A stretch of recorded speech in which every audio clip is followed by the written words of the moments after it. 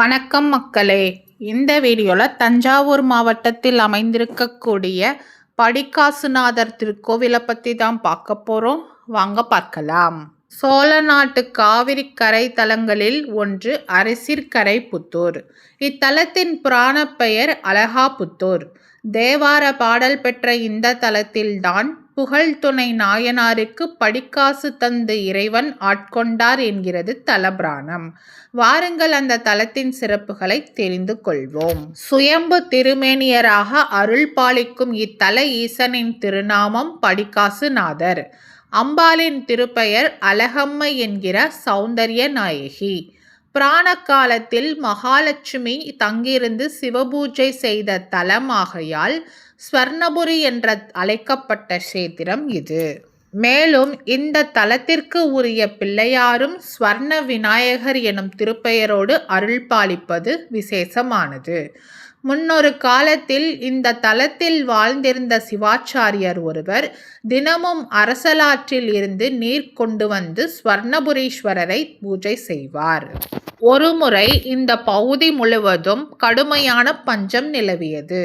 அளவுக்கு மீறிய வறுமையால் பல நாட்கள் உணவின்றி சோர்வுற்றிருந்த அவர் ஒரு நாள் தீர்த்தக்குடத்துடன் மயக்கமுற்று கருவறையிலேயே விழுந்து விட்டார்.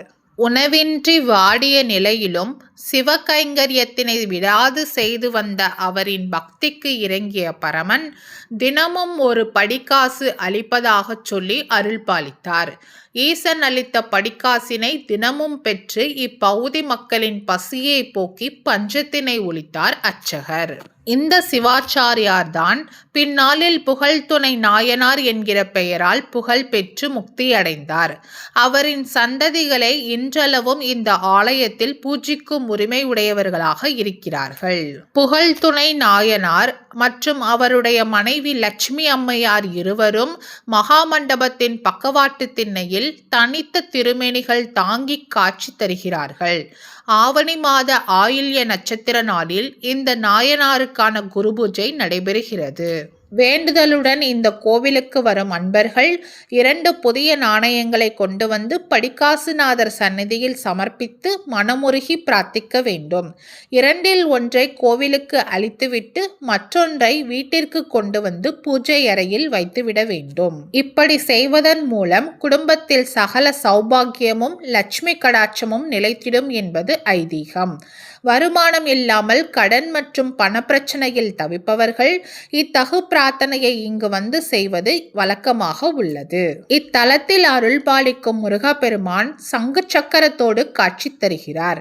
திருமால் தமக்குரிய சங்கு சக்கரத்தினை முருகப்பெருமானுக்கு இத்தலத்தில் அளித்தார் என்கிறது தலபுராணம். மேலும் இங்கே முருகப்பெருமான் கல்யாண கோலத்தில் காட்சி தருவதும் கூடுதல் விசேஷம்.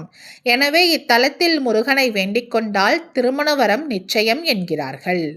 செய்த தவற்றினை உணர்ந்து மனதார இத்தலத்தில் வழிபடுபவர்களுக்கு பாவ விமோசனம் கிடைக்கும் என்கிறது தலபுராணம். மேலும் தந்தையின் மனம் வருந்தும்படி நடந்து கொண்டவர்களும் இங்கு வந்து வழிபட்டு மன நிம்மதியும் மன அமைதியும் பெறலாம் என்கிறார்கள். இந்த முருகப்பெருமானுக்கு அர்ச்சனை செய்து வழிபட்டு அவர் சந்நிதியில் பிரசாதமாக தரப்படும் கல்யாண மாலையை வாங்கி வந்து வீட்டில் வைத்தால் கல்யாண மாலை சீக்கிரமே உரியவர் கழுத்தில் விழுந்துவிடும் என்பது ஐதீகம். சங்கு சக்கரதாரியாக அருளும் இந்த முருகனை வழிபடுவோருக்கு சாட்சாத் பெருமாளை வழிபட்ட பலன் கிடைத்திடும் என்கிறார்கள். திருமண தடைகள் நீங்கிட சஷ்டி அன்று விசேஷ அர்ச்சனை செய்வது இங்கு நடைமுறை.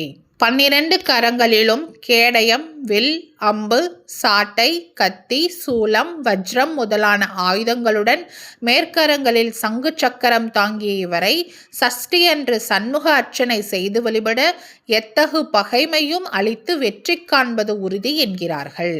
செவ்வாய்க்கிழமைகளில் இந்த முருகப்பெருமானுக்கு அபிஷேகம் செய்து பால் பாயாசம் நிவேதனம் செய்து வழிபட்டால் வம்ச விருத்தி ஏற்படும் என்பது பக்தர்களின் நம்பிக்கை.